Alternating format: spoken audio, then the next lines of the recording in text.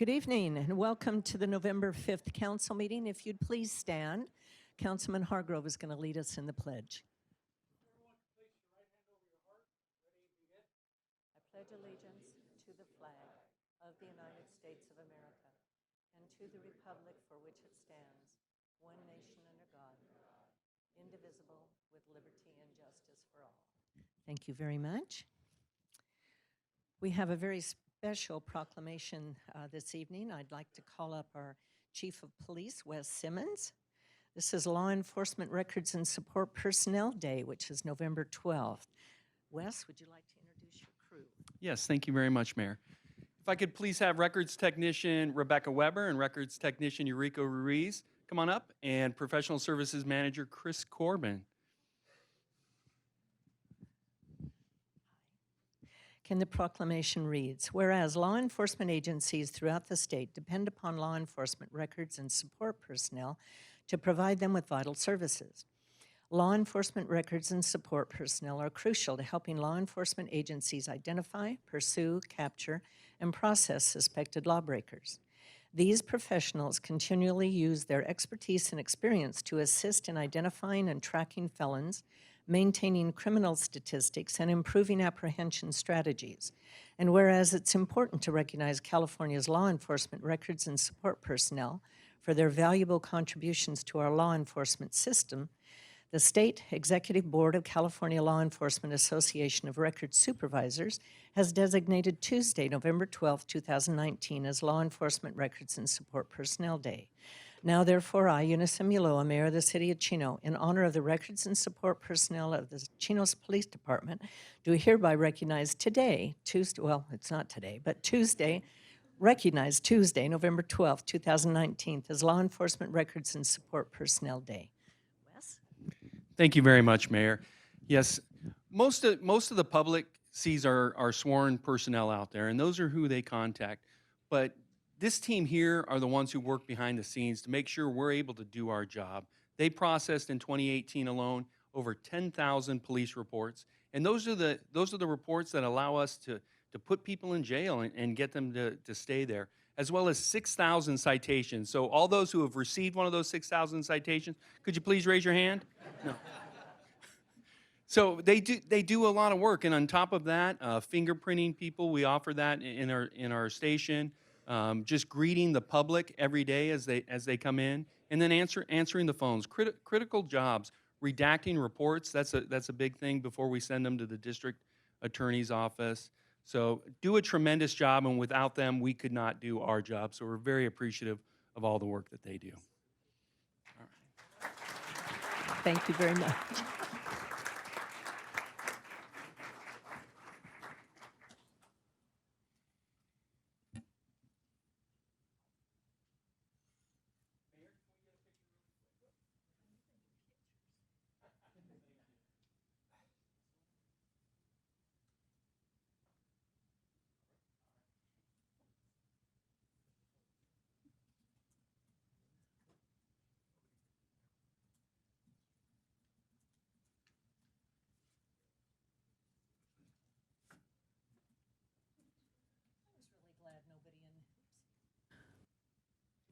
I was really glad nobody in the audience raised their hand.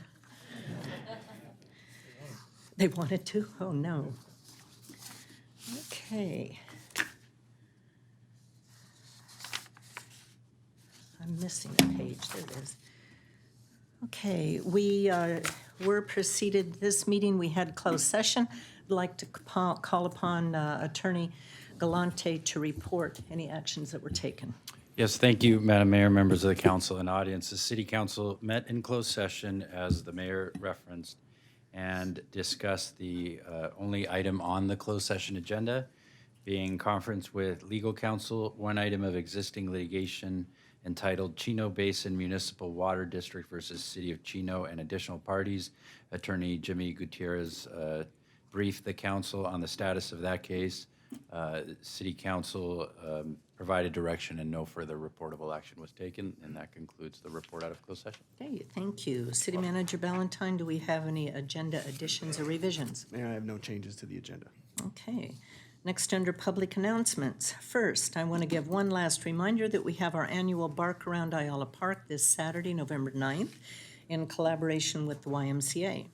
As in years past, Bark Around Ayala Park will be held at Ayala Park, located at 5575 Edison Avenue, which the location will be near the YMCA, from 9 a.m. to noon.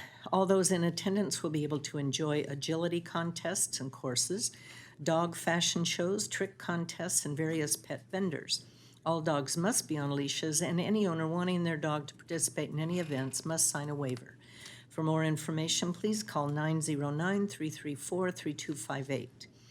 Also, I want to give everyone a reminder that we will be holding our household hazardous waste drop-off again from 8 a.m. to 1 p.m. at the Public Works Services Center located at 5050 Schaefer Avenue this Saturday, November 9th. This will give you the opportunity to conveniently and safely dispose of materials that include electronic waste, outdated medications, paint thinners, auto batteries, and chemical cleaners. For more information, please call 909-334-3472.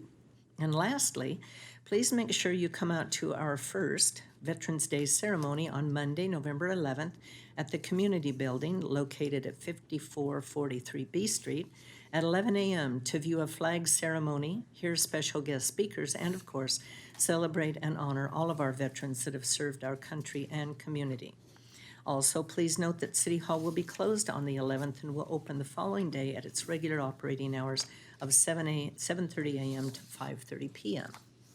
Next item on the agenda is public communication. And this is the time and the place for the general public to address the council on items that do not appear elsewhere. We can't take action on any item that you bring to us, but we'd be glad to hear your concerns or your comments. First, written request to speak. I'd like to call up our Director of Finance, Rob Burns, who wishes to lead us in an invocation. So if you'd like to join us, please stand. Thank you, Mayor and members of the council. Please join me in prayer. Heavenly Father, we come before you and we just thank you that we have the freedom to assemble, the freedom to make our own decisions and to guide our own way.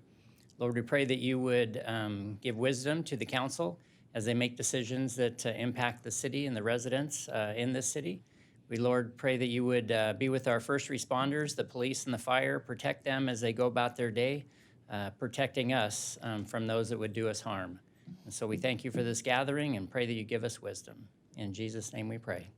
Amen. Amen. Thank you, Rob. Okay, next we have a request to speak from Mr. Zeb Wellborn from the Chamber, and he also has a very special video presentation for us. Yes, I do. I just want to give you a brief recap on what's been happening at the Chino Valley Chamber of Commerce. We had our Business Expo last month. We surveyed all of the businesses that attended and most of the attendees, and we got really great feedback about the event. So we had about 70 businesses that participated. A lot of business was done on that day, so we're really excited about that, and I'm very happy with how that turned out. Our next big event is our holiday luncheon, which is coming up in the beginning of December, so I hope that you guys can attend to that as well.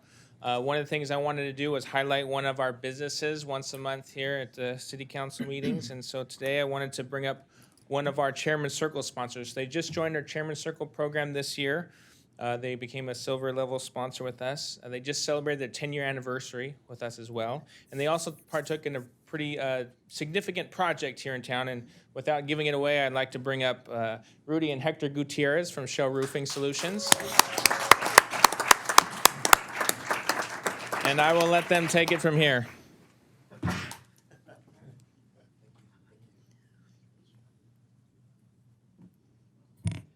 Well, thank you for those that introduction, Zeb. I didn't know you were going to set me up like this. But on behalf of Shell Roofing, Mayor Ulloa, thank you so much for your support. Tom, thank you for getting everybody involved in this special project. The city really came together to support the project that you're going to see, I believe, on a video. And, on behalf of Shell Roofing, our team did a phenomenal job. We donated a roof to a family that was in need of a brand new roof, but they couldn't afford to replace the roof. So my partner and I put our heads together, called on a few friends, ABC Supply, who is here today, I think. Miguel Perez. Yes, Miguel Perez. We called on our friends, and everybody stepped up, donated material. We donated all labor.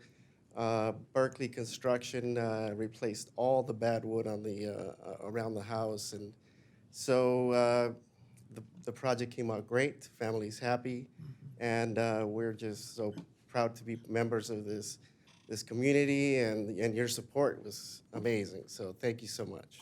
Well, we thank you.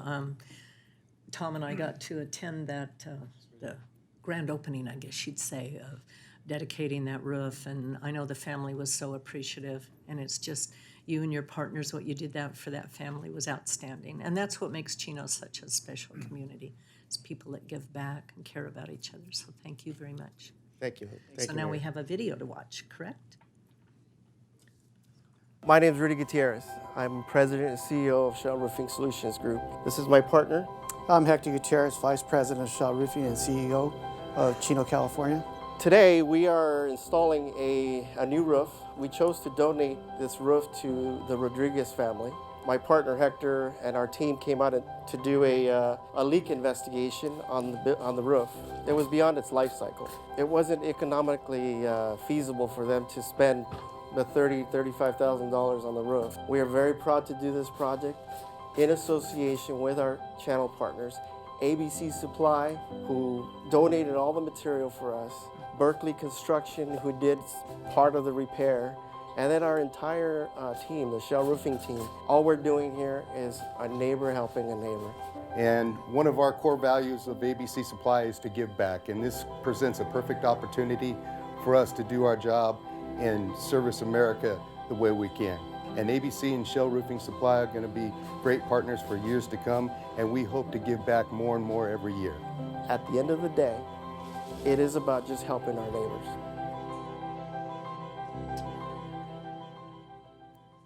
Absolutely phenomenal.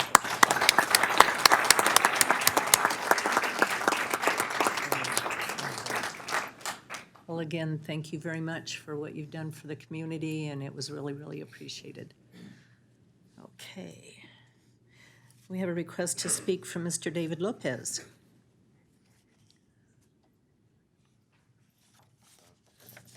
Thank you, Mayor, and all City Council members. I'm here to thank all of you for last year what I requested and around my neighborhood, and especially for the support from Paul Rodriguez. Thank you very much.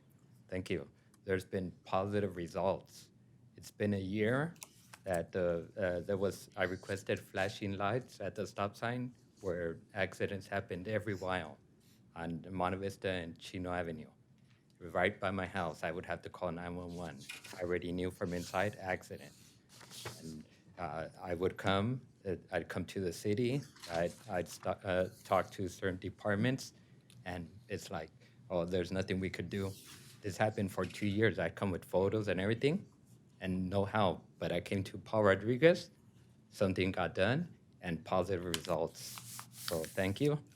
And there's several other issues that we have. I'd like to mention a couple of them. There should be some other speakers for others. And some of the issues have to do with parking. Parking, it's F Street, just right here, next to Chino Avenue, right there. There's been, I've lived there at that street since 2002. And these past 2 years, the traffic, as far as parking in my end of the street, has gone bad. There's moments where me or the ones that live with me can't even find a parking in front. Why?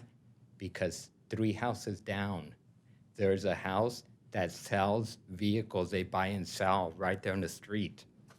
Across the street from them, there's a house with 11 vehicles. They all live there, 11 vehicles. So there's over 20 vehicles just on 2 houses right there.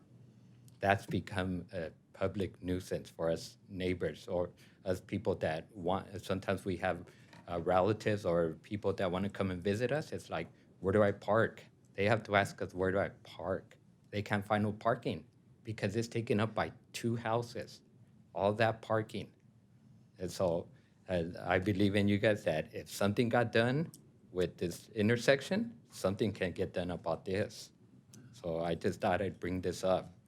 And other issues is that right there on Monte Vista, there's Monday through Friday, we have to deal with speeding cars at, I practically know the hours, like 4:53 in the morning and between 5:30 and 6, speeding cars. By the time they reach my house, which is about 200 feet from the intersection to my house, they're already traveling about 50 miles an hour. They look at it as a highway. And that's a danger zone for especially those who ride bikes. So one thing I'm requesting and the neighbors around me is that they do something right there, like put some kind of speed bumps. So people, I'm not talking about speed bumps that are very short, no. I've seen speed bumps where you could travel like 25 miles an hour or so, but this is to warn the people not to continue speeding. It took a while. If you look at the photos, I don't know if you have them with you. Look at the photos. There's photos right there, how they installed the white safety poles. Ever since they installed them, not a single accident has occurred there. Not a single accident. It took a while, but it worked. Because right there is a bike lane. People would drive against the curb in order to beat the traffic to make a right turn. That sometimes they'd go over the curb. My neighbor across the street was bending over, pulling out weeds when a car was 15 feet away from her, where it stopped. 15 feet away. That's how dangerous that section was. But thanks to the installation of those, no more of that. Things have calmed. And I just wanted to say thank you for what has been done. And I believe in you guys that, you know, if we could get together, we could figure out solutions for this. I was told that it was too costly to put traffic lights or do something there, and it was done within a few hours after I requested it, and not a single accident in that intersection. Parking on the street might be a little bit harder because it is a public street, but Yes, I understand. think our staff can look into the auto sales portion Yeah. of it, may be able to do something about Yes, that. if they can. And because when it comes to sweeping or cleaning, it's hard right there because know. of all those cars. And we pay our utility bills, we pay for those services, and then we can't even get them I know, because others take over. you're right. So just Yeah, wanted if we to can get bring the it. address of the property that you have that business. 4935 F Street where they sell the cars. Thank you. Okay. Well, I know this because it's been happening for years, not months, years. So I know them. And 4950 where there's 11 vehicles right across the street from each other. Thank you. So I know the addresses. They're right by my house. Okay, Okay, thank you. thank you, David. Okay, then we have Irma Carrillo. I think the same subject, almost. Hello. My name's Irma Carrillo. I live at 5031 F Street, across street from Highway Safety. Yeah, the guy that sells the cars parks them right in front of my house. He comes down the street from Mr. David. And you know, it's just ridiculous. You have like all these people coming to check out the cars, test drive them, you know, selling cars, and they park them there for days and weeks. And it's not just one. I have pictures, I've taken them too. Then there's diesels that park there with hay. There's diesels that park there that they have a cooler on it and it shuts down. And then they go across the street somewhere, I don't know where. And then the cooler starts up all night long. Cha-chung! You know, and my bedroom is right there. I thought the truck started by itself or something. I don't know anything about that till David told me that's the cooler.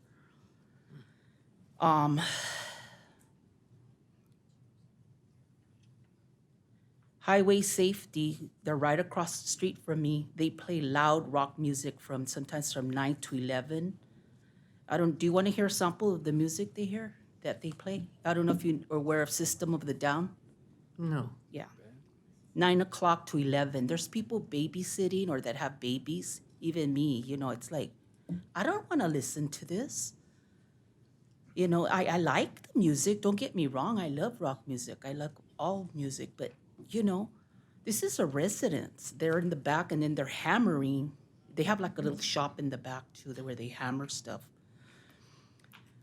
Then the beeping with the forklift. Beep, beep. It starts at 6 in the morning. And then at 9, I think they come and pick up those roadblocks.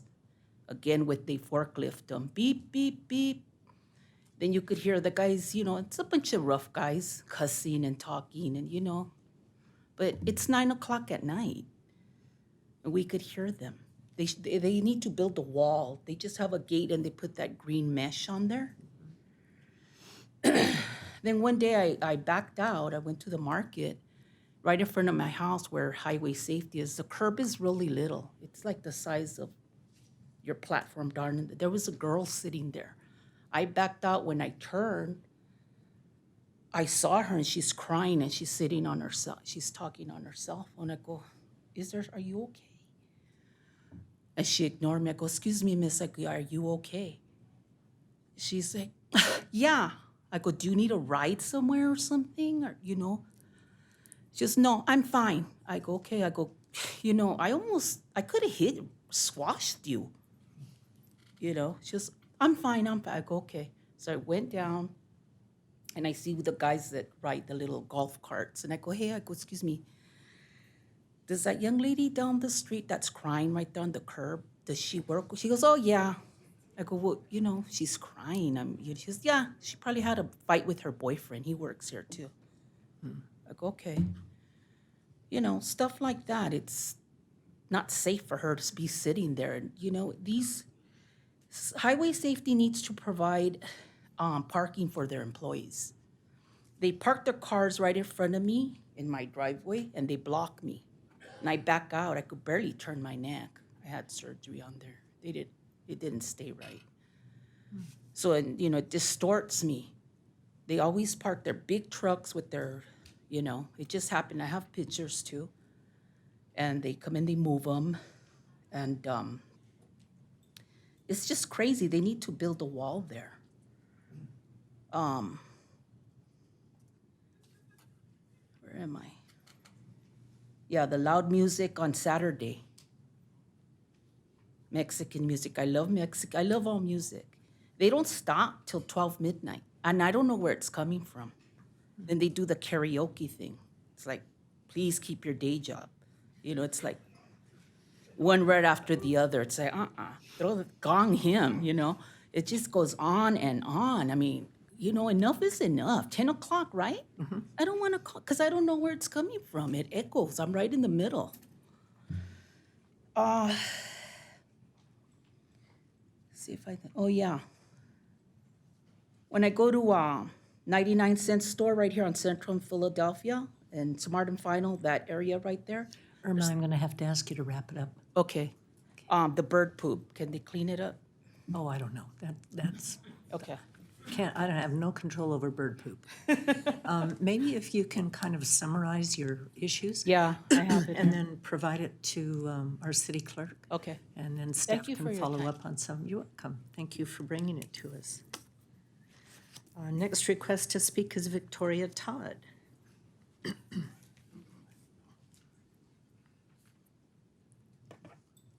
Good evening. Good evening. Hope you can hear me okay.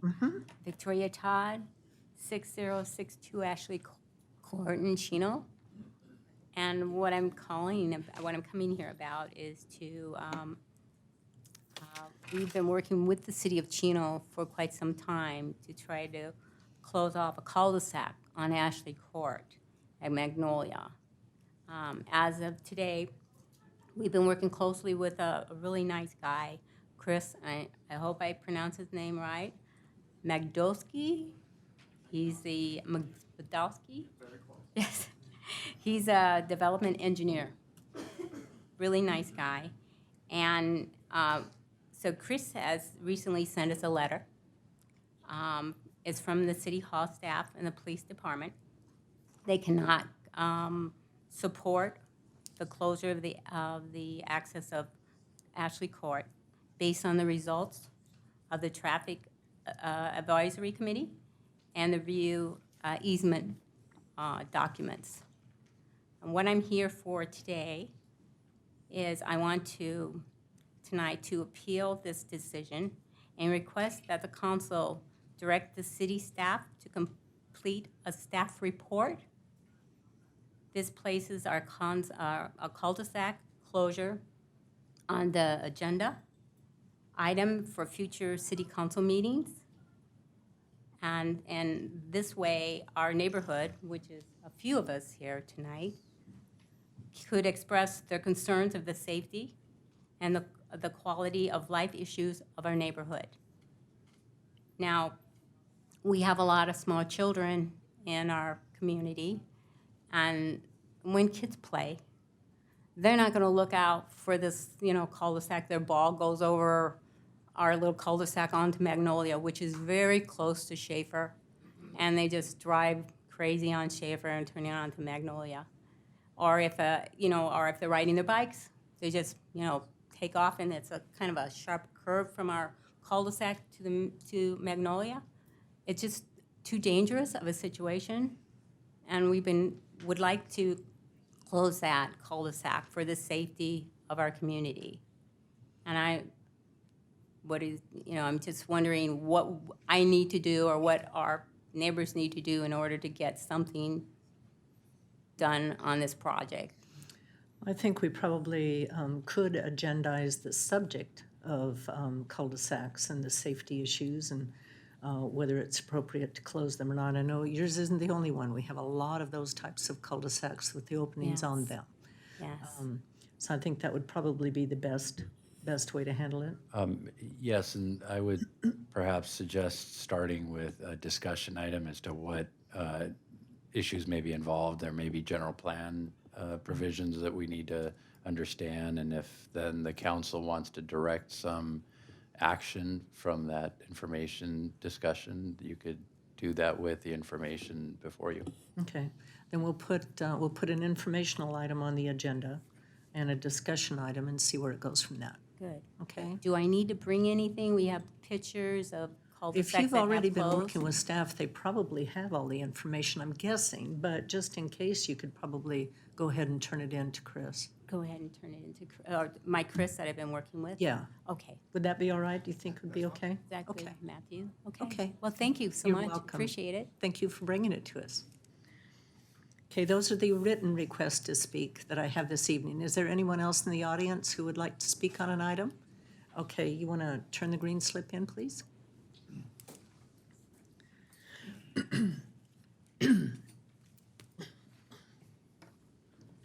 Do I need to state my name? Yes, sir.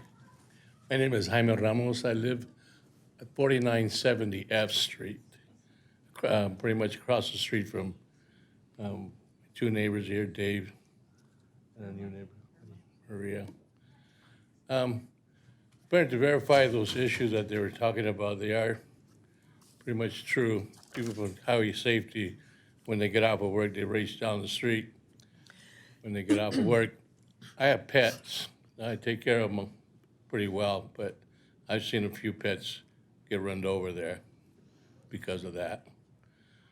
But the main issue, one of the main issues was here because the neighbor, the one selling the vehicles, I had a little run-in with him one time, and he tried to, I was trying to get my dog, and it was in the street, my large dog, and he was still being trained. He's not even a year old, and he acted like he was going to run it over, and I stopped him, got in front of him, and we had a little confrontation, but I pretty much diffused it. I went home, took the dog home. Now, I haven't talked to him since, and I've been look for a way to take care of that issue of his little business that he has going on, because he can do something like that. Say, I was questioning, can we do that? I don't think so. It's not right. I mean, he's beating the system somehow. He's shuffling his cars over the weekend, overnight, and stuff like that. Last Tuesday, I called the police department on 2 vehicles that are parked there now, that he has one right now that's wrecked, leaking oil, it's missing 1 tire, right in front of his house. And I called back today to the traffic, and the dispatch lady said, well, yes, she pulled out the report that I did last week, but last week they said they were going to take 72 hours and they were going to have it removed. 2 of these 2 vehicles, one's parked in front of my house, and the other one's across the street, almost by David's house. And so the answer they gave me, I don't know if they were trying to humor me, but they said, we already talked to them, and they already know, the officer talked to them already. And I said, okay, because it hasn't been done yet. The vehicles are still there. So I said, she asked me if there's anything else. I said, no, that's it. And I said, okay, goodbye. And I was taking my drive from work just a little while ago. I take my dogs I always compete them on the park around the other park. Well, they do very well.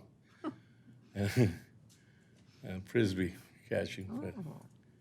But I had one of my dogs there, got attacked by a German Shepherd, paralyzed her. Yeah, she's doing well. I got her a swimming pool, and she got therapy, and she's walking.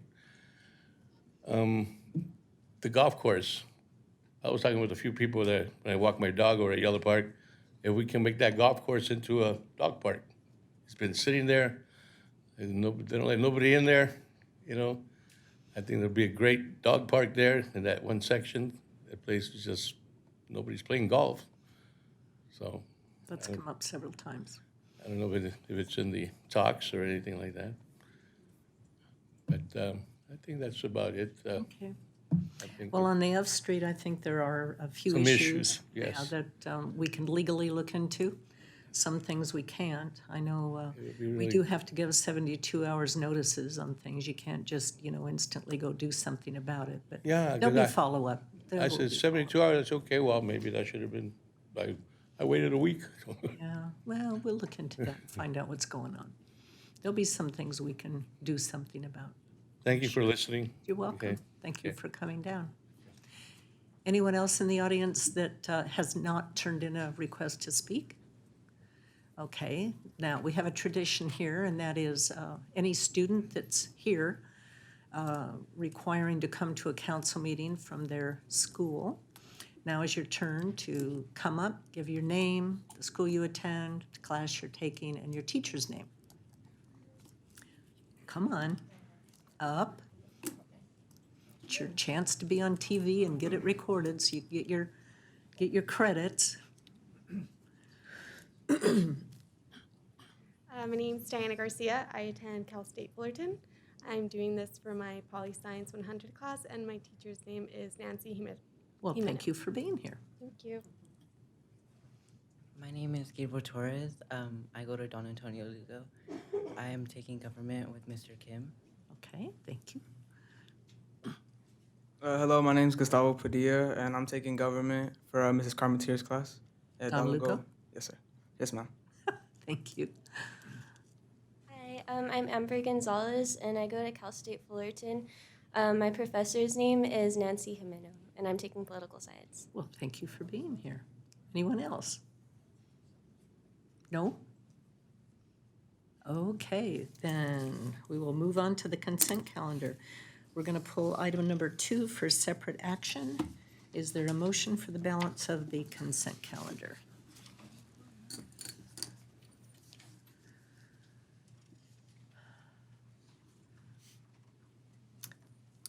Okay, there's a motion from Mayor Pro Tem Howie and a second from Councilman Hargrove. And the balance of the consent calendar passes unanimously. Item number 2 are the minutes from our regular meeting on October 15th. Councilman Rodriguez was absent. I'll take a motion on that item. Motion from Councilman Lucio, second from Mayor Pro Tem Howie. And that item passes 4 yes, 1 abstention, that being Mr. Rodriguez. Next on the agenda is public hearing. Prior to the vote of any of the items under public hearing, we will call on the audience for an opportunity to speak. Item number 14, formation of the improvement area number 8 in Community Facilities District 2003-3. This is to conduct a public hearing regarding the formation of the improvement area number 8 in the preserve. I'd like to declare the public hearing open and ask for a staff report from our Director of Finance, Rob Burns. Good evening, Mayor and members of the City Council. On September 17th of this year, the City Council adopted Resolution 2019-059, declaring the City of Chino's intent to establish Improvement Area 8 within CFD 2003-3 located in the preserve. The establishment of the improvement area will allow the city to levy a facilities tax and a services tax. These taxes will be used to pay for the required infrastructure and public services in the area. It should be noted that these taxes apply to homes that have not yet been built or sold. They don't apply to any existing homes.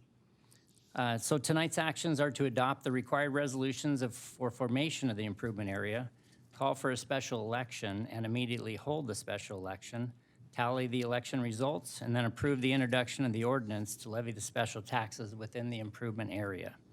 It's recommended the City Council adopt the proceedings as outlined by the mayor this evening.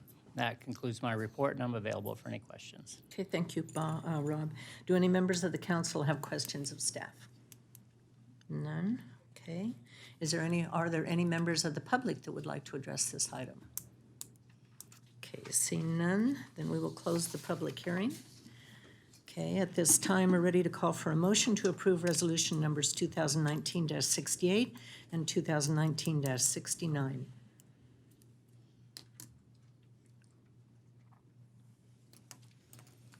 Motion from Mayor Pro Tem Howie, second from Councilman Lucio. And those resolutions pass unanimously.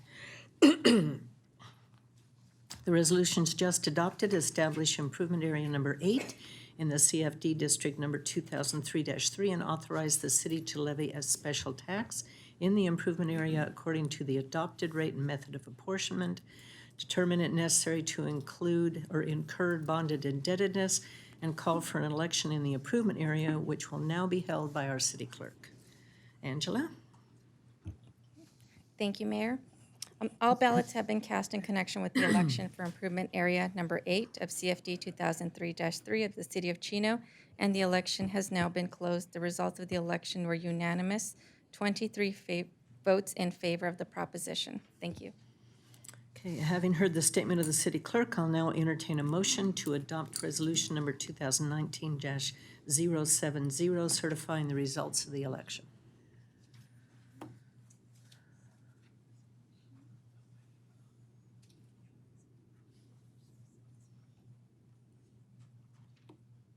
Screen needs to be cleared, Angela.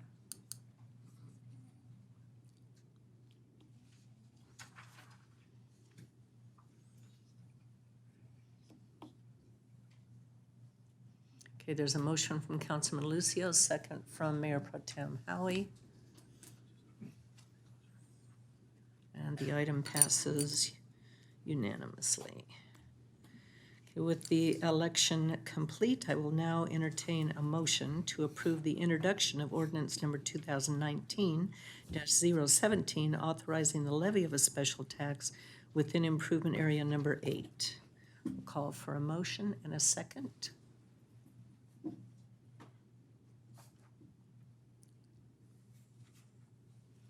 Motion from Councilman Lucio, second from Mayor Pro Tem Howie. Mr. Galante, would you read the ordinance, please? Yes, thank you, Mayor. Before the council is ordinance number 2019-017, entitled An Ordinance of the City Council of the City of Chino, California, acting in its capacity as the legislative body of Community Facilities District number 2003 of the City of Chino on behalf of Improvement Area number 8 therein, authorizing the levy of a special tax within Improvement Area number 8 of the district, and that is reading by title only and waiving further reading. Thank you, Madam Mayor. Okay, and that item did pass unanimously. So that concludes this item. We'll now move on to item number 15.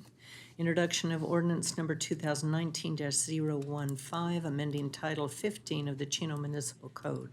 This is to approve the introduction of an ordinance adopting the 2019 California Building Code, Residential Code, Green Building Standard Code, Electrical Code, Plumbing and Mechanical Code, Building Energy Efficiency Standards, and the Fire Code.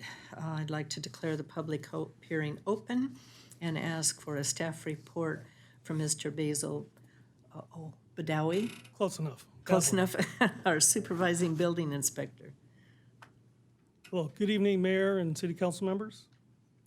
I am presenting for your consideration tonight an ordinance which will amend Title 15 of the Municipal Code. Approximately every 3 years, the International Code Council, California State Building Standards Commission, update the building codes. The updated codes are in consideration of new laws, technology, materials, and procedures. These codes are approved and published by the California State Building Standards Commission, and by law, all California cities and counties are required to adopt and enforce these codes. The new codes will become effective on January 1st, 2020. Most of the significant changes can be found in the Residential Energy Code. The new 2019 Energy Code is approximately 7% more efficient than current code today. The key changes in residential energy standards will affect solar panels, lighting, water heaters, and insulation located in your walls and attics. The code adoption will not change the current building permit schedule, a fee schedule, sorry. In conclusion, staff recommends the City Council conduct a public hearing, approve the introduction of ordinance number 2019-015 to be read by number and title only, and to waive further reading of the ordinance. This concludes my report, and I'll be happy to answer any questions you might have. Thank you very much. Are there any questions of staff? Okay, seeing none, are there any members of the public that would like to address this item? Okay, seeing none, we'll close the public hearing. I'll call for a motion in a second.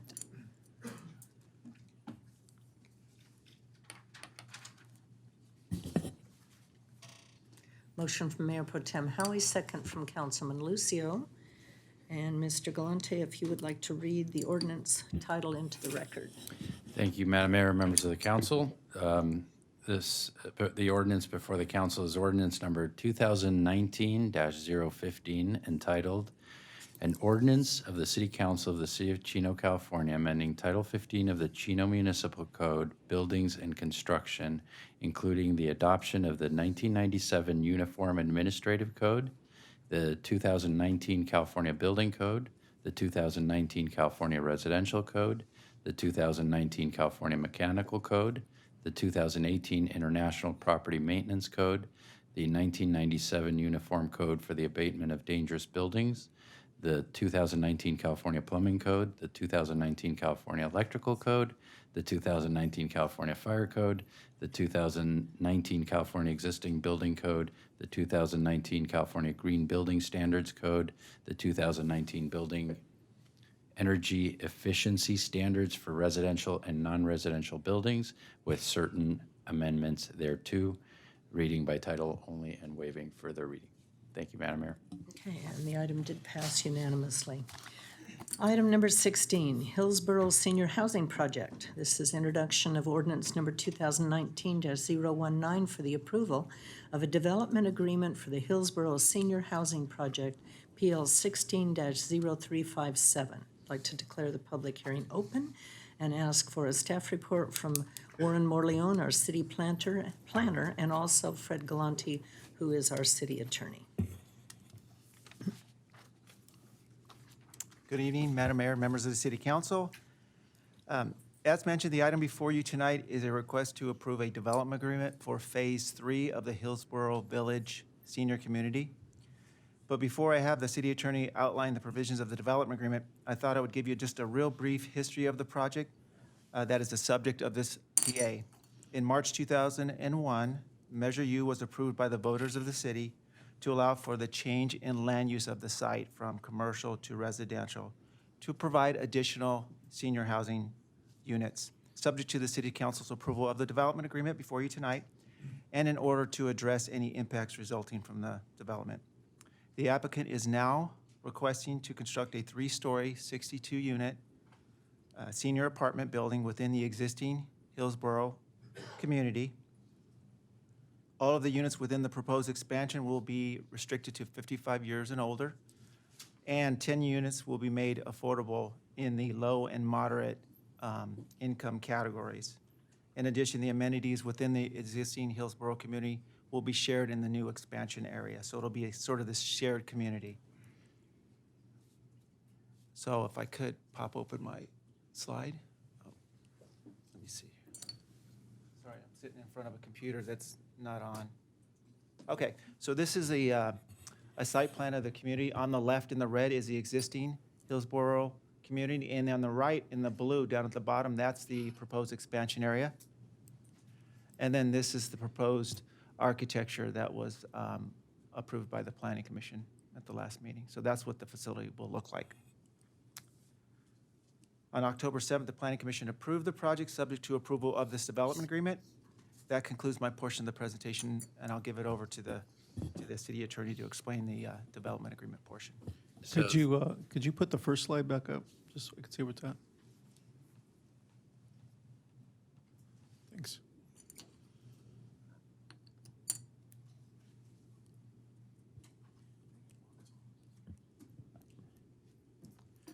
Okay, if there are no questions, I will proceed. Thank you, Warren. As Warren explained, this development was initiated through a Measure M process, and it was under Measure U, and as was referenced, one of the conditions was that any development be approved subject to the approval of a development agreement so that the appropriate conditions and measures be put in place to address any potential impacts of this project.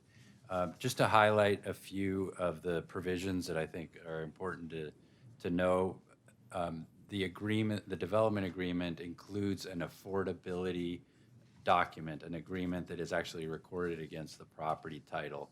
That document requires that the property be maintained for 55 years with the 10 units available to assisted income families. So that protects the ability to require those covenants to exist and for the developer to have that obligation. The agreement requires recreational amenities be provided, and they must be accessible to residents and visitors to the project, and that includes a recreation room, pool and spa, putting green, gazebo, picnic areas, and barbecues. So that is all contained as conditions to the development agreement.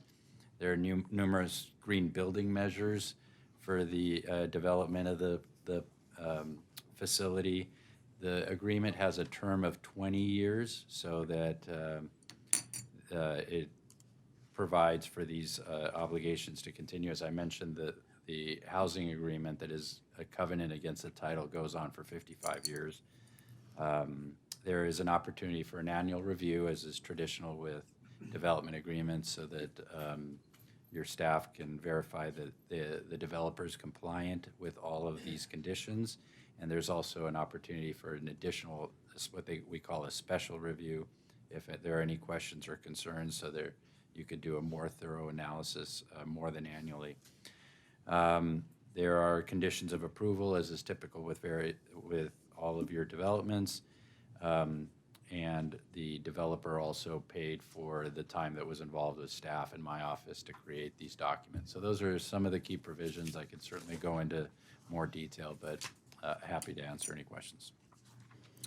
Okay. Are there any questions from the council members? Okay, then I would like to invite the public to speak. Is there anyone in the audience that would like to address the council on this item? Okay, seeing none, then we'll close the public hearing. I'd like to call for a motion and a second, please.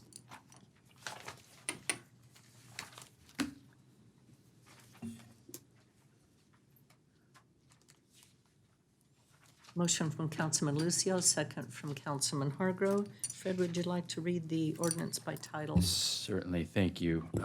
Before the council is ordinance number 2019-019, entitled An Uncodified Ordinance of the City Council of the City of Chino, California, approving a development agreement with Hillsborough Phase Roman numeral 3 LLC for the development of a senior housing project, reading by title only and waiving further reading. Thank you, Madam Mayor. Thank you very much, and the vote was unanimous. I'm looking forward to this development finally taking place.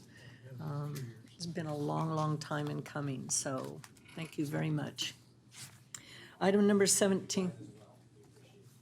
It's going to be a great project. Item number 17 under new business, introduction of ordinance number 2019-018. Approve the introduction of ordinance number 2019-018, adding chapter 3.80 and amending section 3.70.070 of the Chino Municipal Code regarding reviews and actions made on claims. Our staff report this evening will be provided by Tina Lopez, our Human Resources Analyst. Good evening, Madam Mayor and Council. The Government Claims Act requires that any person who is seeking to sue a public entity first file a claim for damages with that entity. It also requires that the legislative body of the public entity act on a claim or it is deemed denied if no formal action is taken. The Government Claims Act further indicates that by ordinance or resolution, the legislative body may authorize an employee to perform those functions of the governing body. At this time, the Human Resources Risk Management Department receives all claims or demands that fall within the Government Claims Act. The department conducts all reviews and investigations of these claims and prepares all notices. A claim approved for settlement is done so according to Resolution 2017-029, which has authorized the city manager to settle claims that do not exceed $25,000 and the Director of Human Resources Risk Management to settle claims that do not exceed $5,000. Any claims recommended for rejection is presented to council for final action. The approval of Ordinance 2019-018 will grant the authority to the Director of Human Resources Risk Management to review and act on all claims against the city. This will aid the effort to expedite the claims process as the number of claims received continue to increase yearly. That concludes my presentation, and I am open to answer any questions. Okay, thank you, Tina. Any questions of staff from council? Okay, this isn't a public hearing, but is there anyone in the audience that would like to address the council on this item? Okay, seeing none. I just have, Yes, Mark. you know, I looked at this this new ordinance that we're looking at, and I mean, for me, I look at these agenda books. They come twice a month, and looking at the claims and reviewing the claims really doesn't seem all that burdensome to me. And I do like looking at them, because at least it gives me an idea of what people from within the community are suing us about. And if it's potholes, I want to make sure that they're getting fixed. If it's, you know, different things that are coming up. So for me, I don't really see a need to add this in there. I mean, it's probably one of the quickest things that I review because they're never really lengthy. So it just, I don't really see a need for this, but I understand what you guys are asking for. If the item passes, what we probably can do is it can probably be an information item on our information, our red flag report that we get. Couldn't we do that, Matt? We certainly can provide a summary of all the cases. I mean, this is more of just an administrative thing to make sure we meet the deadlines, because if you go beyond those deadlines, you extend this kind of the statute of limitations for filing a lawsuit. Certainly, we can do, it's not uncommon for agencies to do this. I know in my previous agency, we actually had an insurance authority, and we actually delegated them handling the claims on our behalf as far as denying the claims. But certainly for our informational purposes, we have no problems preparing a report or a monthly report, just kind of give you an update on which claims we received and what the subject matter was and which, the intent of the claim. We can certainly provide that to the council. Okay. Any other questions of staff or comments? Okay, then would entertain a motion for this item. Okay, there's a motion from Councilman Hargrove, a second from Councilman Howie. The item passes If for I may read yes. the title Oh, of the ordinance. sorry, Madam Fred. Mayor. Thank you. Before the council is ordinance number 2019-018, entitled, "An Ordinance of the City Council of the City of Chino, California, adding Chapter 3.80 and amending Section 3.70.070 of the Chino Municipal Code regarding reviews and actions made on claims made against the City of Chino." Reading by title only and waiving further reading. Thank you. Okay, and the vote was 4-1, the no being Lucio. Councilman Lucio, with respect to Mark's concerns, I would like to see that report. Absolutely. If we could have a report monthly telling us the claims, okay? Item number 18, award of contract citywide custodial services, commercial cleaning systems. This item is to approve a professional services agreement with Commercial Cleaning Systems Costa Mesa, California, in the amount of $438,054.84 for citywide custodial services. Staff report this evening will be provided by Carolyn Baltzer, our projects manager. Good evening, Madam Mayor and members of the council. The current fiscal year budget provides funding for citywide custodial services. The current custodial contract is expiring, and as a result, staff elected to utilize the request for proposal process for citywide custodial services. The custodial services consist of cleaning 14 city-owned facilities.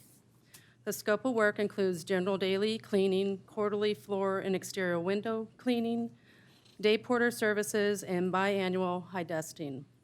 The selected firm was evaluated on staffing, scheduling, availability, experience, references, costs, their understanding of the scope of work, and their proposed work plan. The goal is to hire a firm who will provide improved supervision of staff, responsiveness, and communication. The request for proposals was published on Planet Bids, and on September 3rd, 2019, 6 proposals were received. Based on the review of the proposals, Commercial Cleaning System of Costa Mesa, California was selected. At this time, staff is requesting City Council's approval to award a contract in the amount of $438,054.84 to Commercial Cleaning Systems for the citywide custodial services. In addition, staff is requesting an appropriation of $110,373.56 from the unappropriated reserves of the Building Management Fund. The increased costs are due to an additional day porter, night supervisor, biohazard services, updated technology and support solutions, and minimum wage increases. The City Attorney's Office has reviewed all the documents and found them to be in order. This concludes my report, and I'll be happy to answer any questions. Thank you. Thank you, Carolyn. Usually when we have a staff report and there's firms that have bid on a proposal, we usually get the name of the firm that responded and also what their bid was, and that's not in this document. Is there a reason why? I'm not sure, no. Okay. Any questions of staff or concerns? Okay, I would request in the future if that information would please be included in the staff report. Okay, I'd entertain a motion.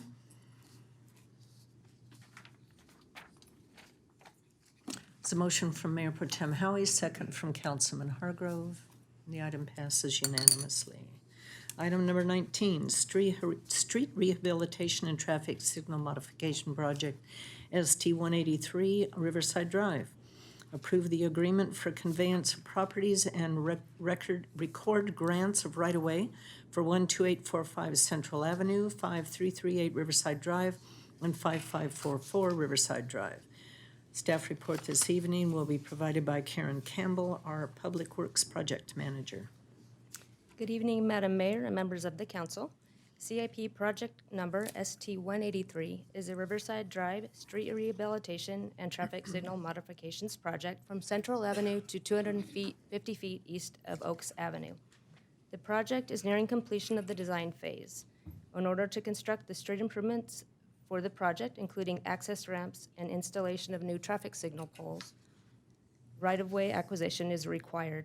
The city's real property consultant, Epic Land Solutions Incorporated, negotiated with the owners of the affected parcels and has reached agreements on 4 parcels. Agreements for the conveyance of property and grants of right-of-way are presented for the following parcels: 5338 Riverside Drive, which is comprised of 2 parcels, in a total amount of $4,932. 5544 Riverside Drive in an amount of $1,088.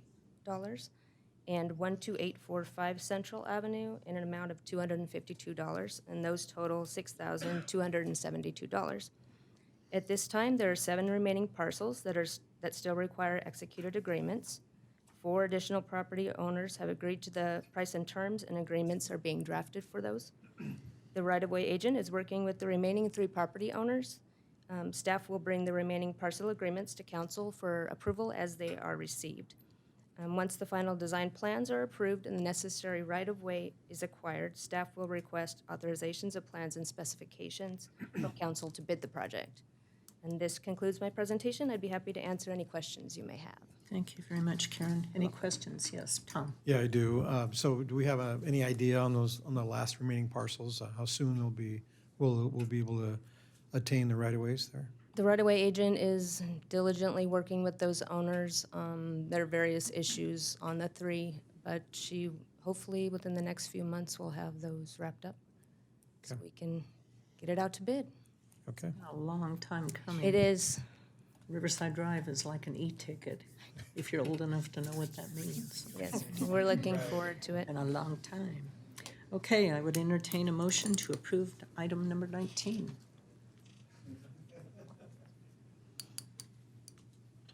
Motion from Councilman Lucio, second from Mayor Pro Tem Howie. And the item passes unanimously. Item number 20, award of construction contract, local street overlay project MS 181, Walnut and East End Avenue neighborhoods. Award a construction contract in the amount of $1,296,000 with Onyx Paving Company and authorize expenditures for project contingencies, construction engineering, project management, and inspection costs for the local street overlay project MS 181. Staff report this evening is provided by Dave McAbee, our Public Works Services Manager. Good evening, Mayor and members of City Council. As part of the city's ongoing street maintenance, the Public Works Department is preparing to do grind and overlay work in 2 neighborhoods. Under the annual local street overlay program, the work within these neighborhoods, which encompasses 14 streets, will include roughly 2 miles of paving and accessibility improvements for 2 trail crossings and approximately 62 curb ramps. The neighborhoods are referred to as the Walnut and East End projects. The Walnut project is generally located in the area north of Walnut Avenue, south of the 60 freeway, and west of Mountain Avenue. The East End project is generally located in the area west of East End Avenue, from Arvidsson Court in the north to Alicia Way in the south. On October 1st, 2019, City Council approved the plans and specifications authorizing staff to formally solicit bids. On October 2nd, 2019, a notice inviting bids was published on Planet Bids and advertised in the Chino Champion. On October 22nd, 2019, the city received 12 sealed bids. Onyx Paving Company Incorporated of Anaheim, California, was determined to be the lowest responsive and responsible bidder Therefore, staff recommends awarding a contract to Onyx Paving Company Incorporated in the amount of $1,296,000. In addition, staff is requesting authorization to spend up to $129,600 for project contingencies, $30,000 for construction engineering geotechnical services, and $129,600 for project construction management and inspection. So including the plans, specifications, and estimates, this brings the potential total project cost to $1,661,130. That concludes my report, and I'd be happy to answer any questions you may have. Dave, where did you say the neighborhood is that's near East End Avenue? So that area is located west of East End Avenue, from Arvidsson Court in the north down to Alicia Way on the south side. So it's below Chino Avenue? Correct. Okay. Okay, any questions of staff? Okay. I love seeing these projects come forward. Public Works is doing a great job.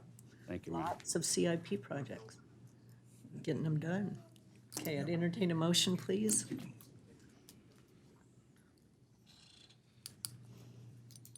Motion from Councilman Lucio, second from Councilman Hargrove. Item passes unanimously.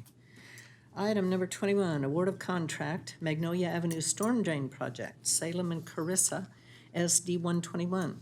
Award of construction contract in the amount of $690,866, and now that's weird. 7787 cents. That makes no sense. To Garrett J. Gentry General Engineering Incorporated, Upland, California, for the Magnolia Avenue Storm Drain Project, Salem and Carissa, SD 121. Staff report this evening will be provided by Maria Frazier, CIP Manager. And Maria, what's the real total price of that? The real total price is for the bid. The award of construction is $690,000.86, and we're asking for a $280,000 appropriation for the budget project. There was an extra On the 7. 78, yeah, I think that's would have been. Okay, staff report. All right.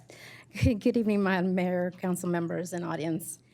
Project SD 121 is a project included in our Public Works CIP list, and it entails the construction of the last reach of the storm drain system, System 53, as per the City of Chino Master Plan of Drainage. This project was advertised locally and on the planted bids on October 2nd, 2019, and on October 24, 2019, 10 bids were received. A summary of the contractors and respective bid amounts are included in the staff report. Garrett J. Gentry General Engineering from Upland was deemed the lowest responsible bidder with a total bid in the amount of $690,866, no cents. Staff is recommending that the council approves the staff report with the recommendations indicated. This concludes my report, and I'll be happy to answer any questions. Any other questions of Maria? Okay, I would entertain a motion. Motion from Mayor Pro Tem Howie, second from Councilman Hargrove, and it passes unanimously. Thank you. Item number 22, award of contract, WA 19B, Q 3.2, water line replacement projects at various locations, and WA 172 Central Avenue water line replacement. Award of construction contract, authorize expenditures for construction management, a budget transfer, and authorize the city manager to execute all necessary documents on behalf of the city. Maria, you're up again. Good evening, Madam Mayor and council members. Projects W19B and WA172 are water replacement projects included in the Public Works CIP list, which were advertised locally and on planted bids on September 4, 2019. On October 22nd, 18 bids were received, and a summary of the contractors and their respective bid amounts are included in the staff report. The low bidder, Big Ben, Inc. from Irvine, was deemed to be the lowest responsible and responsive bidder with a base bid in the amount of $923,992 for the baseline bid W819B and $1,470,814 for the optional additive, which is W8172, which is a water line along Central Avenue. On October 28, 2019, staff received a protest from North Star Plumbing and Engineering, Inc. from Rancho Cucamonga. Staff reviewed and responded to the protest November 4th and denied the protest. Staff is recommending that council approves the staff report with all the recommendations indicated. This concludes my staff report, and I'll be happy to answer any questions. Okay, any questions this evening on item number 22? Another big construction project. Okay, I entertain a motion, please. Motion from Councilman Hargrove, second from Councilman Lucio.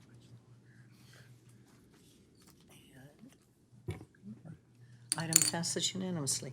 Public Works is going to be very busy. Okay, next on the agenda is Mayor and Council reports. I have item number 23, reappointment of planning commissioners. We have 3 planning commissioners up for reappointment, that being Mr. Walt Pocock, Steve Lewis, and Jimmy Alexandris to the Planning Commission, each for a 4-year term. I encourage our council to support these gentlemen. They've been very, very busy, and we have some very important items coming before us that they're already familiar with the background. So, Angela, if you would put up the voting deal.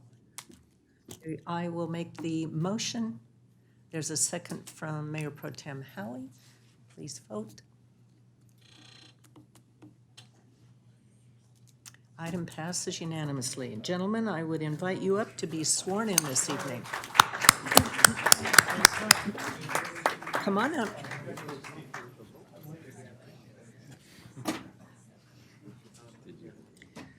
Planning Commission does a great job in reviewing many items before they come before us.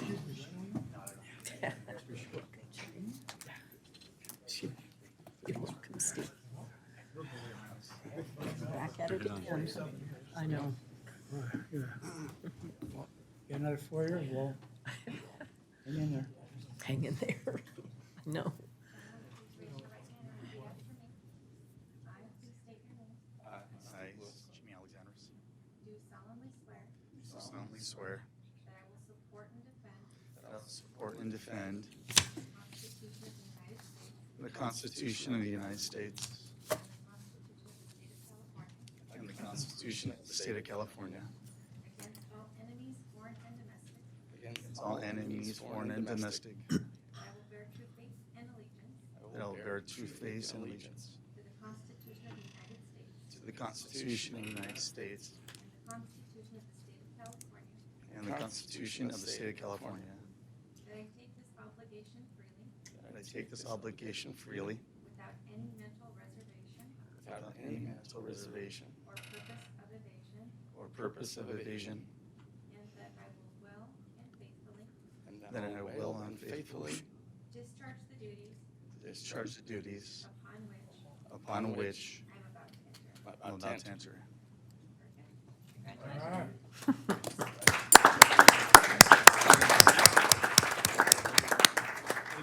You're welcome. Okay, attended several things since our last council meeting. Go through them very quickly. On October 16th, there was the mayor's prep breakfast. On the 17th, Water Master Advisory Committee and a storage management meeting. On the 19th, I attended Cross Point Church's 50th anniversary event, and that night also Ralph Berger's 80th birthday. He's one of our retired firemen. On the 21st, I attended the Sir Optimist Bingo. On the 22nd was the West Valley Mosquito and Vector Control District Board of Directors. On the 22nd also was Women in Water. I think that was 22nd, 23rd. On the 24th was the RIPCOM Water Master Meeting and the Board of Directors. And then on November 4th, I attended a meeting with Omnitrans. That was also attended by our city manager and our assistant city manager. And it was concerning route eliminations. Omnitrans has been required to cut 11% of their services. So that will be implemented in September 2020. They're going to be going through public hearings and several meetings with the board before making their final determination. But Route 365 is going to be eliminated and replaced by a micro-transit system. They're going to realign routes 81, 83, and 84, and then Route 88 will be on weekends only. Those are the current proposals. So it's going to have a pretty drastic impact on our community and also the community of Chino Hills. But they're running out of money, and they have no choice but to figure out how they can cut services to balance their budget. And then today, we met with Foothill Transit. They're eliminating Route 497, which is a route where they pick up passengers at our Chino Park and ride there on Chino Avenue. It affects about 115 people. They are eliminating that route. And that will be effective, I think it's March 1st of next year. We're going to be attempting to work with the cities of Ontario, Chino Hills, East Vale, and one of the Riverside County supervisors to see if we can figure out another method to get the same people to two other routes, which would get them into Los Angeles. But as of right now, they're definitely going to eliminate Route 497. So there's a challenge on how to get the ridership up to either a park or ride at the Fairplex or over in the City of Industry. So we're going to be working on that. Mayor Pro Tem Howie. Thank you, Mayor. Just a few items. I did also attend the Sir Optimus Bingo, and true to form, I didn't win, but that's pretty much a given. Also attended a Chino DeSalter Authority Finance meeting on the 24th.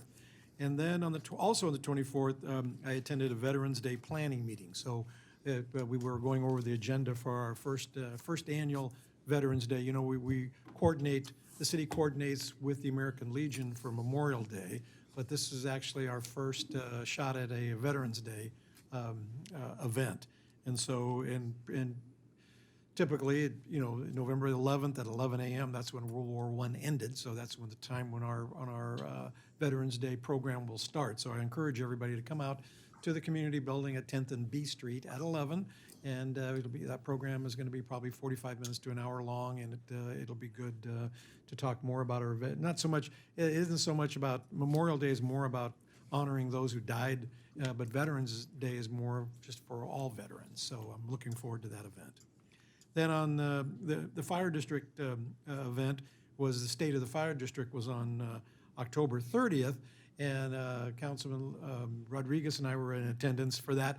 But it was really unusual because I think half the department was out fighting fires, so it wasn't the normal fire district crowd there. Normally they have the color guard come out. Well, the color guard was really busy, so the chief had to come out and pretend he was the color guard, but he didn't have an axe or anything like that, so it just wasn't the same. It wasn't the same. But the chief did the best he could. And so that was on the 30th, and they showed a really great video of the fire. The video was really, really good. Is it on their website? I'm pretty sure they'll probably put that on their website. I'm sure they will. But it was really good from the fire district. So that concludes my comments. Okay, thank you. Councilman Hargrove. Right, on October 21st, I attended the monthly Chino Valley Chamber of Commerce Directors meeting. I'm happy to see Zeb come here nearly every meeting. He kind of steals the thunder. That's just great. And then also that evening, I attended the Chino Planning Commission meeting. You're absolutely right. There's a lot of stuff building in that commission, and so hopefully they continue on like they've been doing and really studying those plans, and they're doing a great job. And then October 31st, this is the first year I decided to take my grandson and all the kids and everybody to the Yala Park, to the Spooktacular. There was a lot of people.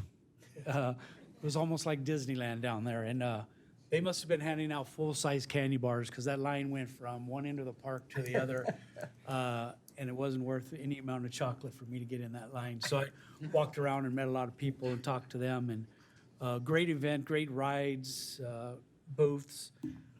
Fantastic.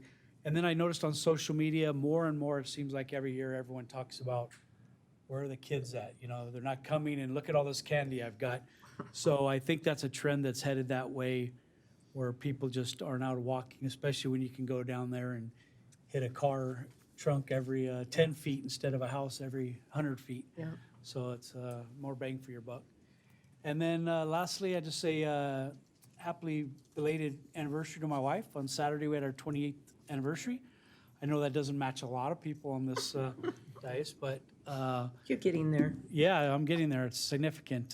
So appreciate it. And I think somebody had a birthday yesterday. Or someone. Well, Yeah, Tom did. Tom had Yeah. a birthday. So happy birthday, Tom. thank you, belated, thank you, appreciate that, thank you. And then lastly, just all the veterans out there, thank you for your service. Man, I have affinity for you in my heart, being a veteran myself, and all the things that you've done to sacrifice in this country, and I really appreciate all the veterans. So that concludes my report. Absolutely. You know, I saw the picture of you and your wife that you posted on Facebook. Yeah. You were a cradle robber.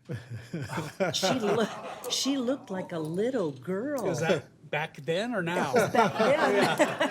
Okay. No, back Then I won't have any comment then. I'll You plead guys the were fifth. so young. I know, so young, so thin, so much hair. Yep, you looked a lot younger. All the things, yeah. So maybe it's been like 48 years. So, It's fun to see those pictures, Yeah. though. But oh my gosh, Councilman Lucio, and you have an announcement to make. Yes. So first, on the 25th, I met with Lewis Holmes, and we had some discussion about some of the building that's going to be going down over there in the preserve. I also met with Matt on that same day. But one of the things I wanted to talk about, I attended the memorial service for Councilwoman Tricia Martinez on Saturday. And one of the things that really kind of stood out that was special was a probation officer attended that service who dealt with her, I guess, early on in her life. She had been arrested and she ended up in juvenile hall, and this probation officer spoke to her, and he really had an impact on her life. And from that point on, she turned it around and ultimately ended up going to college, graduating, and then became a city councilwoman. And he came back and spoke at that funeral service. But just, I mean, you take it for granted. You contact people through whatever job you may have, and you just don't realize the impacts that you have on these people's lives. So it was touching to see that. I guess she ended up reaching out to him through social media. Somehow she found him on Facebook and sent him a message and said, "Hey, were you ever a police officer, or did you ever work in Anaheim?" And he said he did. He looked at her. He said, I didn't know whether or not to respond, but she looked kind of normal, so I responded, and it ended up being her. And they obviously rekindled a friendship there. But I just hats off to obviously all the first responders that impact people's lives, and the counselors that deal with kids. And you really don't realize the impact that you have on people's lives and how much you turn their lives around. So I just wanted to talk about that. Also, I do have an announcement. I'm going to have another baby, another son will be coming in March, my wife and I. And after that, I'm done. But I also want to say happy belated birthday to Tom, and as well as I want to wish all the veterans a wonderful Veterans Day on Monday. That's it. Great comments. Yeah, I had, on my calendar, I wrote down that her memorial service was at 1. So I rushed to get down there. Of course, it was at 11 instead. So I was able to at least talk to Manny after the service during the reception. But, he told me something very interesting. Tricia was only sick with this particular disease that they knew of for 5 months. And the expense, he talked about how critical insurance is. The insurance costs for that 5 months, or the medical bills, were $1.5 million. He's an attorney, and he's a bankruptcy attorney. And he said, families can't stand that kind of expense. It's frightening to know that one disease can absolutely wipe out everything that you've got. But he said, thankfully, they had good insurance. But he also said that there were signs that they should have recognized that something was happening with Tricia that they just didn't see in time. So, I urge all of you, if you have some kind of illness or something that you feel that's happening, please go to the doctor. Go to the doctor early. Don't wait, because her death could have been avoided. Councilman Rodriguez. Okay, thank you. October 21st, I attended a special meeting for SCAG for the Regional Housing Needs Assessment. And at the meeting, there will be another one this November 7th where there will be a vote on the allocation methodology. And SCAG is quite aware of the idea that one shoe does not fit all. So they're looking at the economics, the region where the houses will be built, and also the cultural needs of the region. So it's not completely finished. They're looking at everything. Out of the 4 methodologies, there was only one that was accepted. The first 3, 1, 2, 3, were rejected because they did not meet the mandates of the state. And as I said, SCAG understands that every city is unique.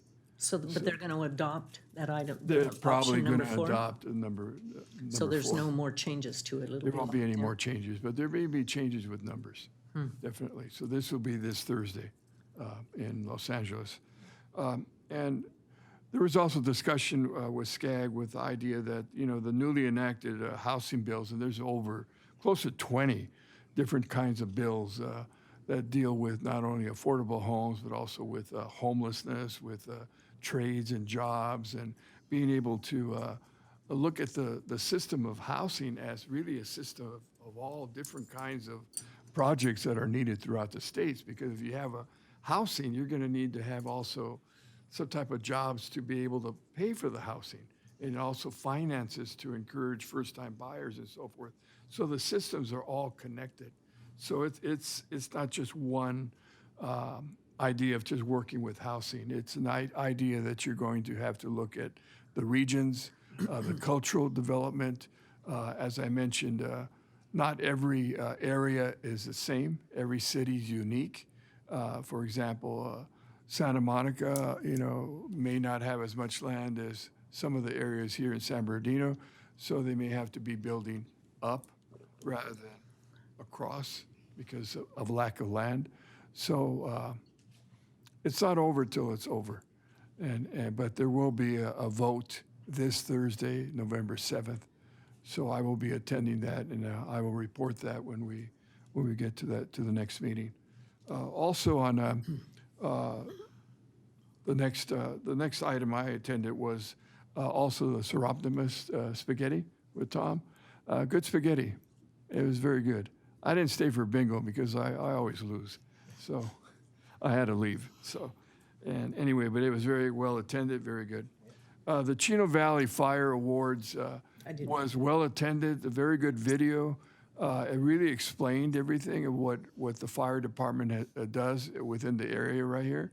And there again, the Santa Anas is something seasonal that we have to encounter almost every year, and it seems to be getting worse, where they're now calling it Diablo winds coming up from the north, from Alaska, and I had never heard of that term, but now I do.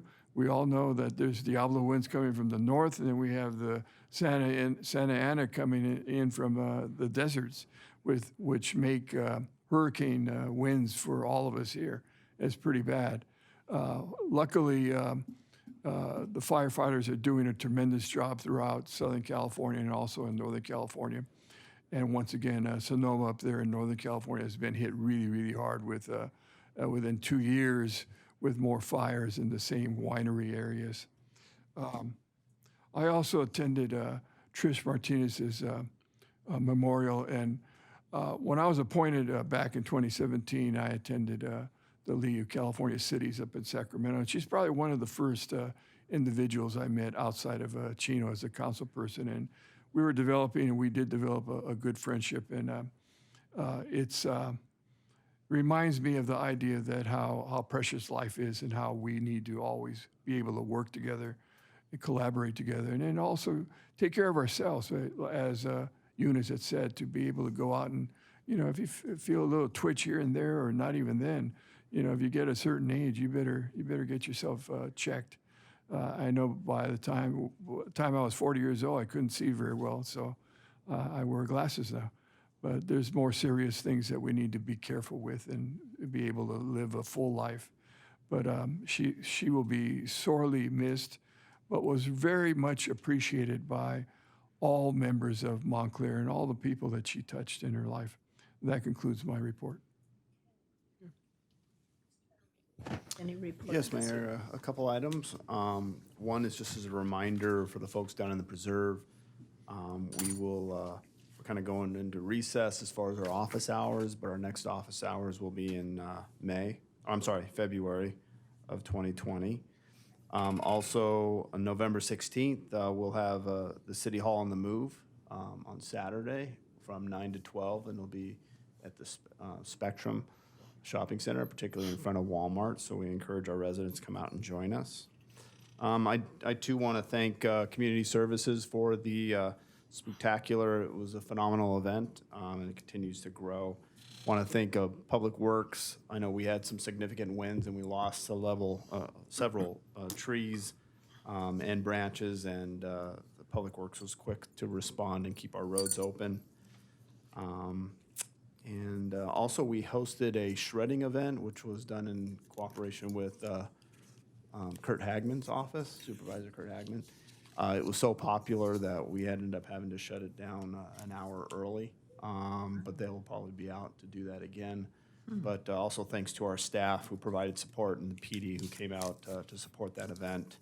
At the same day, we also had the household hazardous waste pickup, and I received several comments from residents who were appreciative of staff's efforts in putting both those programs on that Saturday.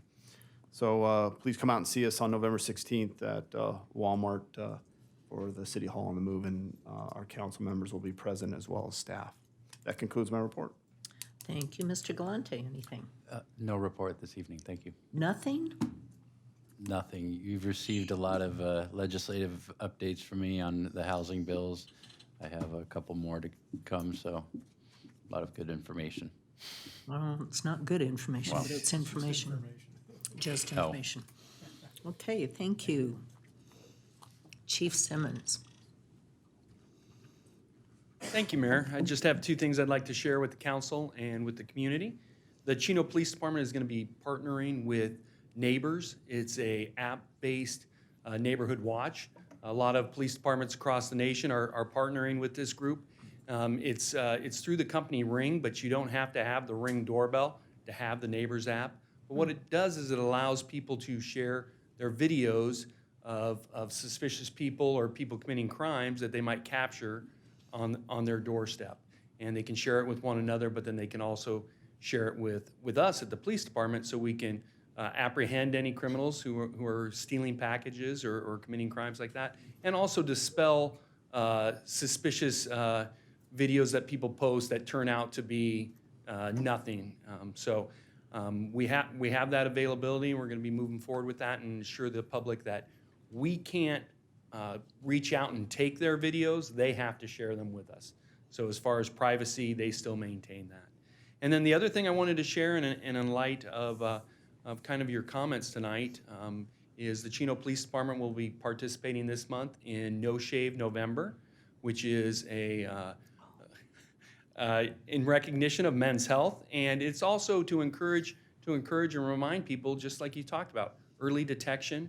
Go out there and get tested if you need to. So I know you probably can't see it from there, but there's a little bit of a mustache starting to come in. Some of our employees maybe look a little bit fuller than mine, but I'm getting there. So if you wonder why some of our police officers and staff have their facial hair growing, that's what it's in regards to. And we've partnered with Loma Linda University Health through their No Shave November campaign and donating money to the university to help them with their research, and ask you guys to join us as well. So we're going to have furry policemen. Right.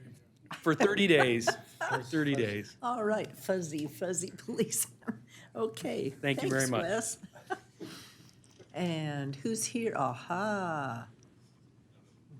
Are you participating in the fuzzy thing too? No, firefighter can't do that because we have to wear the mask and it won't let your face seal properly. So you can't have any facial hair other than a mustache. Just a mustache. That's why you guys always have mustaches. Yeah. Yep. Okay. All right, well, good evening, Mayor and Council. I just wanted to, first of all, our State of the District is on our website for anyone that is interested to see that.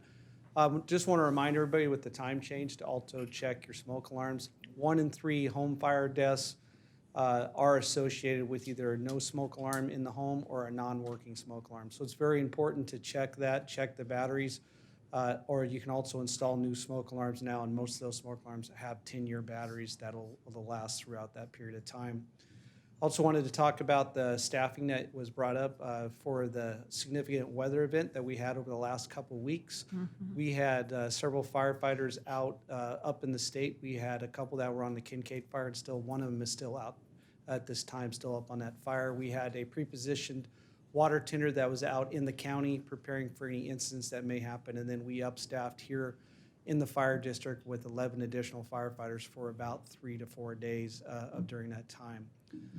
And then lastly, just wanted to announce Battalion Chief Dave Williams was officially promoted today. He's now going to be a deputy chief, and he starts on Saturdays as official. So he will be one of the new deputy chiefs that you'll see at the council meetings. So he's quite excited. And you know, Tyler Johnson was one of our deputy chiefs. He did retire about 2 months ago, so he's taking his position. Gonna miss him. Yeah. Such a big guy. Big guy, yeah. Big. Well, thank you very much. Do you have any questions? I'd be more than happy to answer them. Well, I'm glad none of the guys were injured during all of these Yes. horrible fires. We're hoping that that will be the significant wind events won't be back, but knowing how history goes and how the weather events have been happening, we've had fires as late as the Christmas, over the Christmas holidays as well, so. Yeah. Thank you. Thank you very much. Okay, with that, we will adjourn to our next regular meeting, which will be held on Tuesday, November 19th at 7, and with closed session at 6 if necessary in these council chambers. We're adjourned.